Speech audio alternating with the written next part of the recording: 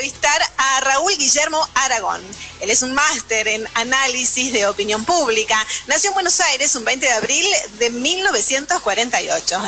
Director de cine documental y del programa de estudios de opinión pública de la Universidad Nacional de La Matanza. Además, se destaca como investigador senior y asociado en el Centro de Investigaciones y Estudios Ambientales de la Universidad Nacional del Centro y del Centro de Estudios Macroeconómicas de Argentina, respectivamente. Divorciado, tiene 3 hijos, 2 nietos y defiende los colores del Club Atlético River Plate. Omar Plaini, se lo dejo todo a usted. Buen día, Raúl, un placer tenerte con nosotros, a un especialista, un consultor del respeto que vos tenés en nuestra querida República Argentina, para nosotros, para los trabajadores, de donde hacemos este humilde programa que se llama Charlas con Olor a Tinta. Imaginás que como hombres de la gráfica no podía tener otra definición que esta. Es muy importante tenernos con nosotros un rato y poder hacerte algunas preguntas que son de sumo interés para la vida, no solamente de la República, sino también de los laburantes. Buen día, Raúl. Buenos días, Omar. Realmente un gusto saludarte, saludar a tus compañeros del programa. Hace mucho que no los vemos, ¿verdad, Omar? Sí, nos hemos cruzado alguna vez, última vez en un estudio de televisión, pero ¿sabés qué pasa, Raúl? Que durante el gobierno macrista el sindicalismo combativo era necesario que estuviese en todos lados. Ahora no sé si nos necesitan tanto, ahora tenemos un gobierno propio, por suerte, sí, por lo menos quienes profesamos el peronismo, y un poco en esa dirección queríamos ir con Carlos Vila, el secretario general adjunto del gremio, que está conmigo acá, también con Emiliano, con él, y bueno, a Picone lo tenemos en Venezuela de observador de estas elecciones. Y yo quisiera arrancar por allí, Raúl. Primera pregunta, como vos sabés que los que somos peronistas de cuna y que amamos la doctrina y la filosofía del peronismo, estamos convencidos de lo que decía Perón. Perón decía que la verdadera política es internacional. Mi primera pregunta sería, durante la pandemia y post-pandemia, para ir bajando después y llegar a lo nacional, ¿cómo ves vos hoy este mundo del capitalismo deshumanizado, como lo llamamos algunos? ¿Cómo ves vos hoy la política internacional? Y frente a un proceso eleccionario también tan importante como fue el de Estados Unidos, que obviamente tiene mucho que ver en este contexto. Sí, bueno, los 4 grandes jugadores de la política internacional son y vienen siendo, digamos, el emperador ruso, el emperador americano, el emperador chino y el papa. Esto fue así en el medioevo y sigue siendo así ahora, nada más que el emperador romano se mudó a Washington, digamos, ¿no? Pero es la misma. Ese imperio tiene conductas muy parecidas a las conductas romanas, ¿no? Impone a sangre, sudor y lágrimas, impone lo que sea que le convenga imponer y ya está, al costo que sea. Tiene una gran confrontación en este momento, esas 4 fuerzas, junto con el Papa, la que más influencia tiene en América Latina. Con una pelea muy fuerte, muy seria con China, que quiere desembarcar o colonizar, digamos, territorios latinoamericanos. En ese contexto, el continente parecería ser que está dando un giro de vuelta hacia el sector popular, digamos, a un modo de hacer política y un modo de ser social mucho más parecido al peronismo, o digamos con más atención y más justicia hacia el sector social, popular, que como veníamos, si se produce lo de Bolivia, arrasaron en Bolivia, el MAS, el socialismo, arrasó. La elección en Chile, el plebiscito en Chile para reformar la constitución de Pinochet. Vos sabés que se regían por una constitución que dejó Pinochet, imagínate, ¿no? Exacto. Después de los escándalos y los tremendas movilizaciones que hubo, espontáneas además que hubo en Chile, no tuvieron más remedio que dar plebiscito para definir si iban a una constituyente o no. Se ganó eso. Chile va a una elección, a una convención nacional constituyente con una fuerte impronta del sector social y seguramente salir con una constitución un poco más justa. Ahora Venezuela seguramente se renueve el mandato del actual gobierno Con lo cual parecería ser que estamos volviendo hacia un continente un poco con un poco más de sensibilidad social. El gran tema para nosotros es Brasil, que sigue en manos de un sector yo ni siquiera lo llamo de derecha, creo que ni siquiera es ideológico, es peor que ideológico, es perverso directamente, ¿no? Con un dato que es preocupante y no lo es decir, es preocupante en términos de política continental, no lo es en términos de la población. La economía brasileña se ha reactivado 7,7% en este último periodo. O sea, eso, sí, perdón. Sí, te escucho. Eso por un lado es una buena noticia. Yo decía lo siguiente, Raúl, sin querer simplificar, acá hay en disputa dentro de un mundo capitalista hoy, hay en disputa dos criterios: los que creemos en el estado de bienestar y los que creen en el libre albedrío del mercado. Sería más o menos así, sin querer simplificar, pero en el medio hay, digamos, hay lucha. Ajá.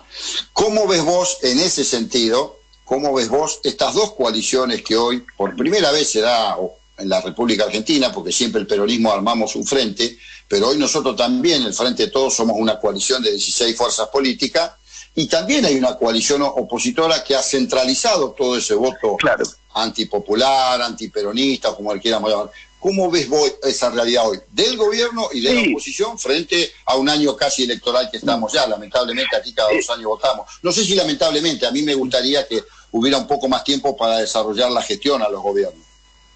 Sí, yo lo que creo es que parecería ser que en el mundo se está haciendo mucho más visible y se está polarizando más lo que acabas de decir, un modelo social, un modelo de organización social de mayor sensibilidad social, de mayor distribución de la riqueza, con una distribución más equitativa de la riqueza, por un lado, y por otro lado un polo que tiene la concentración de la riqueza en pocas manos con el empobrecimiento de la población de las poblaciones en general. Y eso en Argentina se refleja también, por supuesto. Vos sabés que estas últimas décadas, prácticamente desde el revivir del neoliberalismo a manos de Reagan, ha habido una progresiva y constante concentración de la riqueza en pocas manos. Son números de Naciones Unidas, no son números míos, ¿no? Es decir, la concentración de la riqueza es descomunal. Creo que son algo así como 60 personas que tienen el equivalente a lo que tiene el 50% más pobre de la población del mundo. O sea, imagínate la concentración que es. Y en Argentina eso también se refleja.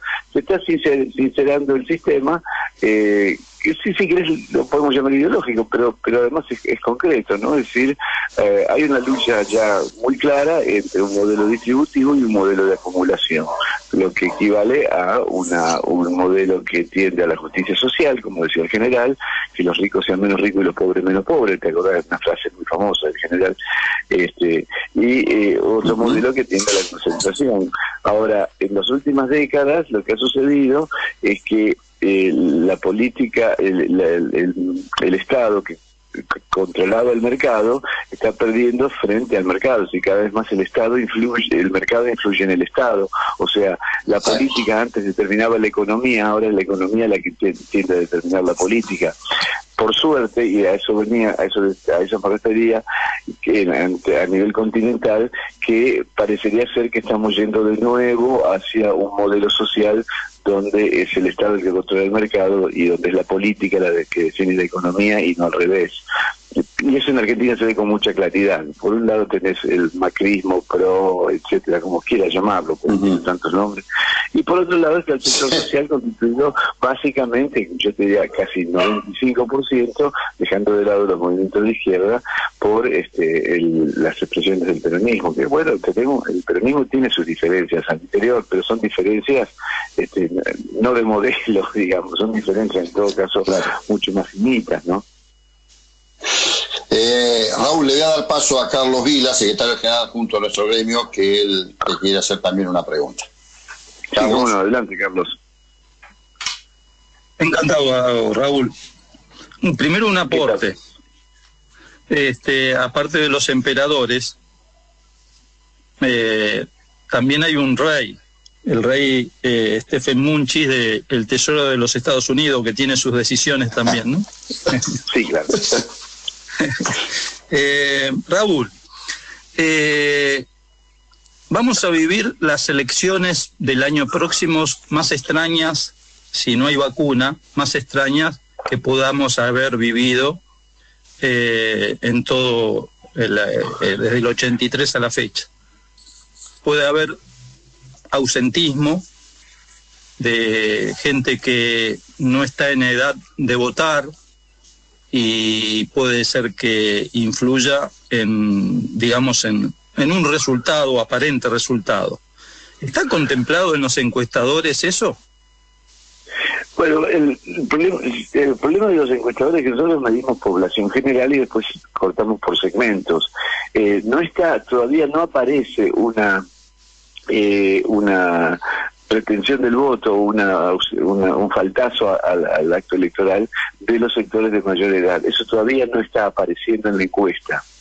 No está apareciendo, porque después uno hace una encuesta sobre población general y después dividís por rangos de edad, entre otras cosas, y mirás cada rango de edad, si vota, a quién vota, y si no vota, digamos, es decir, el porcentaje de no voy a ir a votar, no ha variado todavía, pero hay que tener en cuenta que todavía estamos lejos, y yo creo que quizás, como decís vos, puesto frente al día del domingo de movilizarse para ir a votar, quizás los sectores de mayor edad, teniendo la opción de no votar, porque a mayores de 70 años no están obligados a votar, opten por no votar. Esto podría ser perjudicial para la fórmula, para digamos para el gobierno, para el peronismo, entre todos, porque indudablemente en el electorado de mayor edad es donde mayor llegada tiene, uno de los sectores donde mayor llegada tiene el peronismo y el Frente de Todos,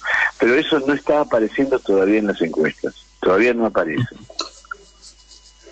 Raúl, ¿cómo observas vos desde el lugar tuyo como analista político, como consultor, el tema de las PASO, que es un tema que los gobernadores le han dado y le han solicitado al propio presidente por las razones humanitarias de la pandemia, un hecho inédito, como dice el presidente, que vivimos nuestras generaciones, pero que ya se viene blandiendo el parche hace muchísimo tiempo, porque estas PASO ha generado, entre otras cosas, más de una vez profundas contradicciones entre las fuerzas políticas. ¿Ustedes cómo lo analizan eso? Vos en particular, ¿cómo lo ves, Raúl?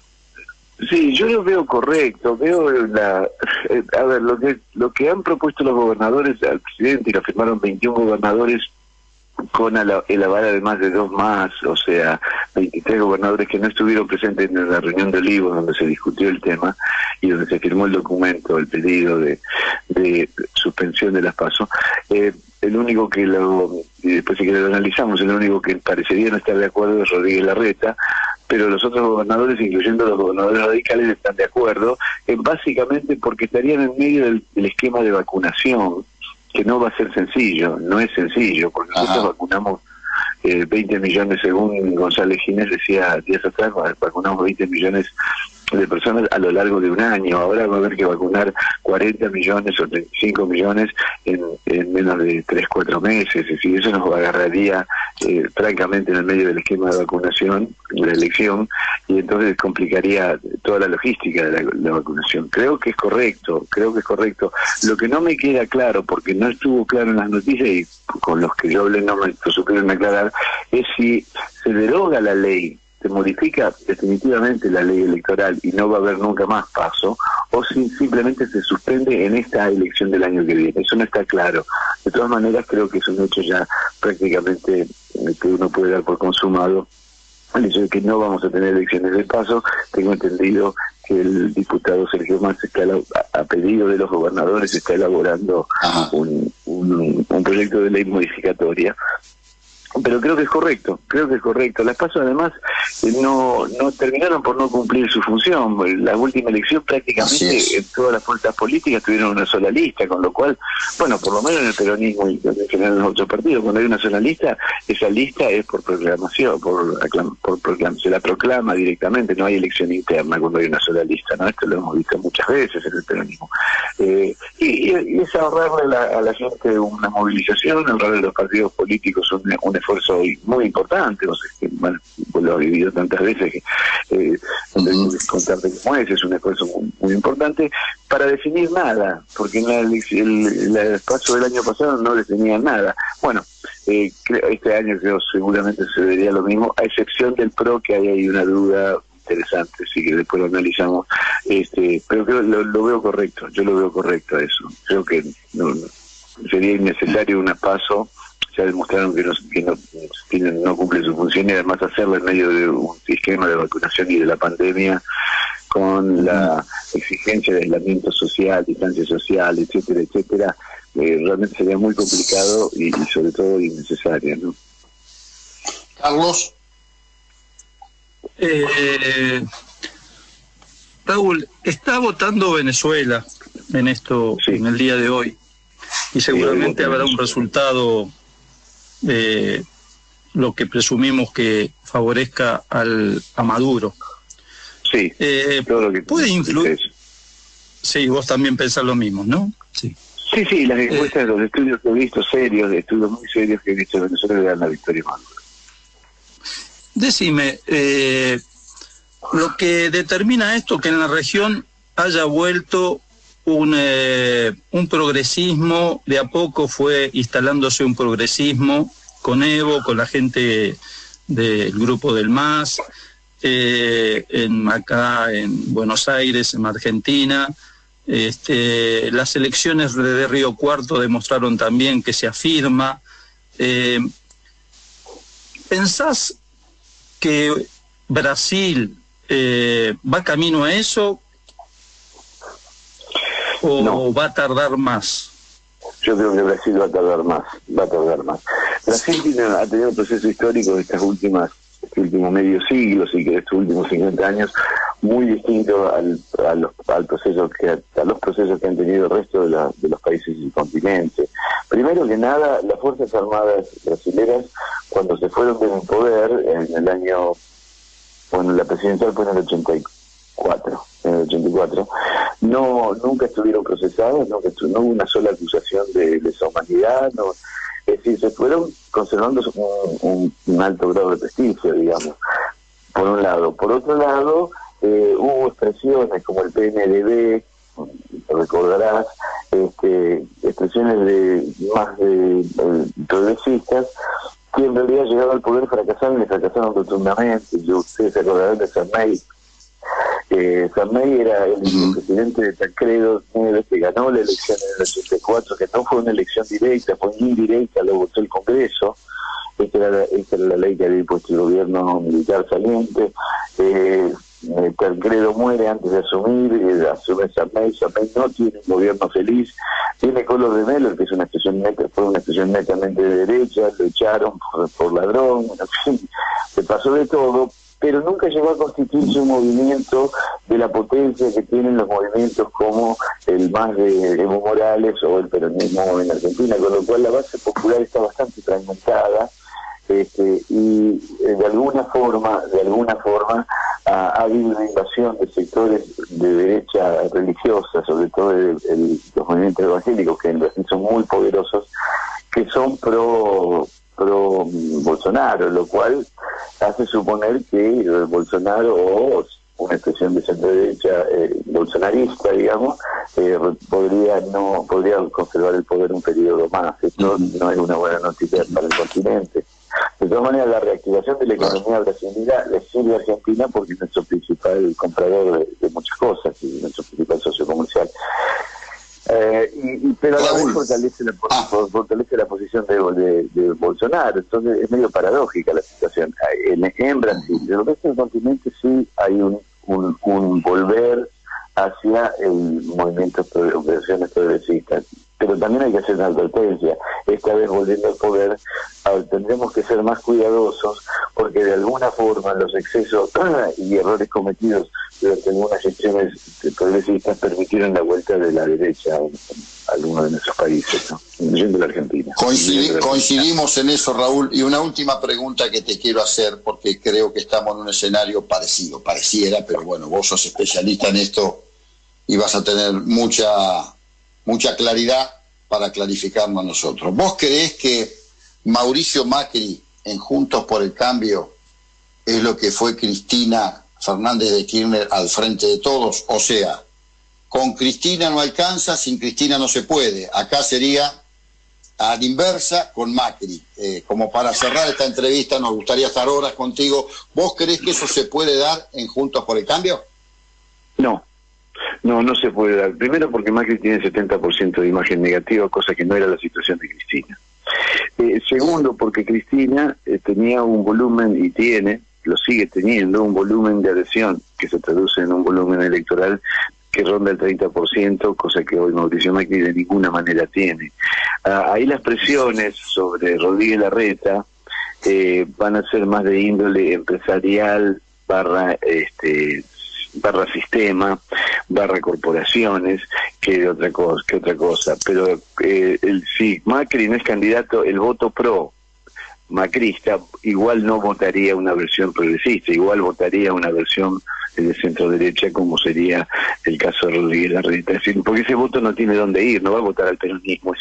Un ex elector de Macri no vota al peronismo, eso es así. Así que yo creo que Macri está terminado.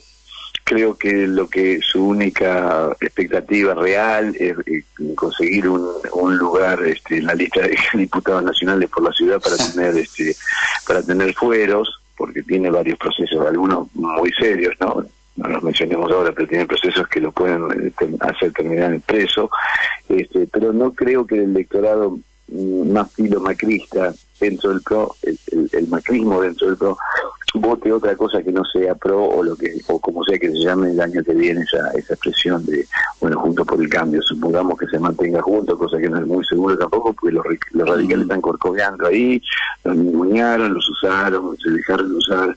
Yo espero que no se dejen volver a usar como los usó Macri en el 2015, ¿no? Que bueno, esto lo sabemos todos, el macrismo usó el radicalismo como estructura nacional de fiscales, porque en realidad no tenía estructura nacional, el macrismo no tenía quien le cuide los votos siquiera, pero bueno, yo creo que ahí también va a haber una discusión, pero no creo que Macri como tal sea un factor decisivo que deba incluirse en cualquier versión del año que viene de Juntos por el Cambio, porque sin él no se puede. No, sin él el volumen electoral de Juntos por el Cambio, sea el que sea, lo va a tener o no Macri, ¿no? Te cierro con esto entonces, Raúl, para ya despedirnos y agradecerte obviamente infinitamente.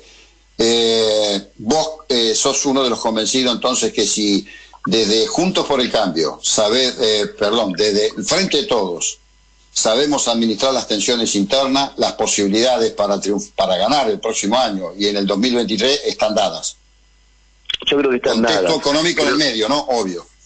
Sí, con un contexto económico en el medio y con algunos errores, y yo lo digo con mucho respeto por el presidente Alberto, a quien no solamente respeto, sino que aprecio en lo personal. Algunos errores de comunicación importantes que hemos tenido, de comunicación estoy diciendo, no de gestión, de comunicación. Ya lo tuvimos en la anterior gestión también, lo seguimos teniendo. Sí, errores tontos que, bueno, es propio también de una coalición donde tenés cuatro fuerzas importantes jugando y, bueno, son fuerzas independientes de alguna forma, por más peronistas que sean. Y el otro dato que creo que es muy importante, creo que hay expresiones extremas que de alguna manera orbitan en el gobierno, tienen que ser contenida. Me refiero, por ejemplo, a los Grabois, ¿no? Que ese tipo de cosas, ¿no? Grabois apoyan, diciendo que la tierra es de la que la trabaja, me hace acordar de los años 60, digamos, no es el trotskismo de los años 60. El peronismo no es eso, y no está dando una señal clara de diferenciación con eso. Yo creo que tenemos que diferenciarnos de eso, porque a la gran mayoría de la población del electorado, ese tipo de cosas, como la toma de tierras, el tema de Guernica, etcétera, le cae muy, muy, muy mal, y no deberíamos mancharnos con eso, porque el peronismo tampoco es eso. El peronismo nunca tomó tierra. El peronismo compraba tierra y desarrollaba viviendas. Yo viví en Ciudad Evita. Resolvíamos las causas, no los efectos. Pero por supuesto, es decir, ir a tomar una tierra ¿qué es en definitiva, no? Eso, no sé qué es, pero no es peronismo. Y creo que entonces el gobierno debe diferenciarse de eso claramente, y no lo está haciendo. Eso creo que puede tener un costo para el peronismo, ¿no? Te agradecemos, Raúl, y como decía Kirchner, tomado de Perón, obviamente, de nuestro creador, Kirchner decía: los problemas de la pobreza no se solucionan desde las políticas sociales, sino desde las políticas económicas. Así que, Raúl, te agradecemos con Carlos Vila, con los compañeros de la radio, con todo el equipo, este aporte. Te saluda Carlos también, te mando un abrazo enorme, y espero encontrarnos en algún estudio de televisión, pero que no sea para confrontar con un gobierno neoliberal, sino para apoyar a un gobierno nacional y popular. Te mando un abrazo grande, Raúl. Un abrazo, gracias a ustedes, y algún día, si me invitas al sindicato, te voy a visitar a tomar un café con muchísimo gusto. No conozco el sindicato. Ya estás invitado con el secretario general adjunto que está acá, que le gusta pagar café y asado. Primero el café, después el asado, que lo va a pagar Carlos Vila, secretario adjunto. Carlos, comprometete con Raúl. Tenemos un quincho hermoso para recibirte, Raúl, quédate tranquilo. Cuando ustedes quieran, con muchísimo gusto, verdaderamente con muchísimo gusto. Un abrazo a todos y gracias por la comunicación. Un placer, y gracias tenerte a vos, un lujo para nosotros. Gracias, Raúl.